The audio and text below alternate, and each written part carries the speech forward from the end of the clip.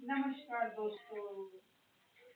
एक बार एक व्यक्ति अपने काम से लौट कर घर आया और साथ में पनीर लाया और अपनी पत्नी को कहा कि आज मेरे लिए बढ़िया पनीर की सब्जी बनाना, क्योंकि आज मैंने बहुत काम किया और मुझे बहुत ज्यादा भूख लगी है और मुझे कुछ बहुत अच्छा खाना है। उसकी पत्नी कमरे से बाहर आई और पनीर लिया और कहा कि बिल्कुल आप हाथ पैर धोकर तैयार हो जाइए, मैं आपके लिए बहुत ही स्वादिष्ट खाना बनाती हूँ।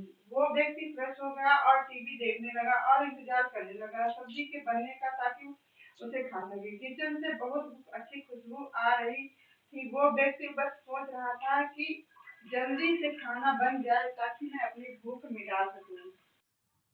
लगभग 1 घंटे बाद खाना बनकर तैयार हो गया। स्वादिष्ट सा भोजन अब खाना लगने ही वाला था कि उस व्यक्ति ने अपनी पत्नी से पूछा कि खाने में नींबू है कि नहीं, क्योंकि मुझे पनीर के साथ सब्जी में नींबू डालकर खाना अच्छा लगता है। लेकिन पत्नी ने कहा कि नींबू तो खत्म हो गए हैं, आपसे कहा था लेकिन आप भूल गए। व्यक्ति ने अपनी पत्नी से कहा कि रुको रुको, अभी खाना मत लगाओ, क्योंकि नींबू के बिना खाने में बिल्कुल मज़ा नहीं आएगा। तो मैं अभी गया और अभी नींबू लेकर आया। वो व्यक्ति पास से कपड़े पहन कर तैयार हुआ और नींबू की पास वाली दुकान पर गया। जब वहाँ पर देखा तो नींबू नहीं थे। उसका दिमाग क्रोध से भर गया। उसने सोचा कि यार, उसके पास नींबू नहीं है, चलो थोड़ी आगे वाली दुकान पर जाता हूँ, शायद वहाँ नींबू मिल जाएगा।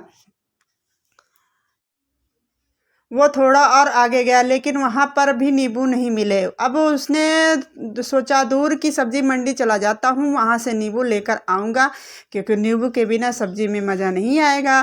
करीबन आधे घंटे के बाद वो करीब के सब्जी मंडी में पहुँचा, पर वहाँ उसे नींबू मिल गया और वो बहुत खुश हुआ कि चलो नींबू मिल गया, अब मैं घर पे जाऊँगा और सब्जी में नींबू डालकर अच्छे से सब्जी खाऊँगा। अब वह खुशी खुशी नींबू लेकर घर आया और अपनी पत्नी से कहा कि जल्दी से सब्जी गरम गरम कर दो, रोटी गरम कर दो दो और नींबू काट कर, ताकि अच्छे से खाना खा सकूं। अब जब थाली लगाई गई, सब्जी परोसी गई, नींबू रखा गया, उसकी पत्नी सामने ही बैठी थी और वो व्यक्ति वो व्यक्ति थोड़ी देर के लिए कुछ सोच में पड़ गया। उसके बाद उसने नींबू की प्लेट उठाई और दरवाजे से बाहर की ओर फेंक दी और जोर जोर से चिल्लाने लगा, मैं जीत गया, मैं जीत गया। दोस्तों, अगर ये वीडियो आपको पसंद आए तो लाइक ज़रूर कीजिएगा।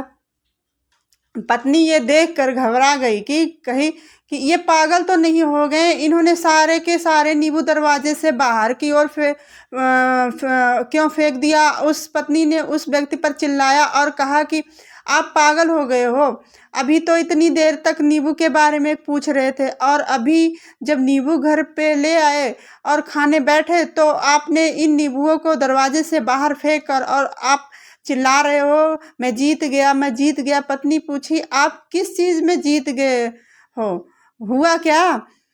अब व्यक्ति खुशी खुशी बैठ गया और अपनी पत्नी से कहा, आप भी बैठो, इत्मीनान रखो, बताता हूँ कि क्या हुआ। आज सुबह से ही मेरी जीभ मुझे अपने बस में करने की कोशिश कर रही थी। जब मैंने बहुत काम कर लिया तो मुझे बहुत तेज़ से भूख लगी और मैं घर पर आया तो तुमने बहुत अच्छा स्वादिष्ट खाना बनाया। उसकी खुशबू मेरे नाक में गई। फिर मेरी जीभ ने कहा, इसे अब नींबू चाहिए। मैं पास वाली दुकान पर गया लेकिन वहाँ नींबू नहीं मिले। थोड़ी और दूर गया, वहाँ पर भी नींबू नहीं मिले।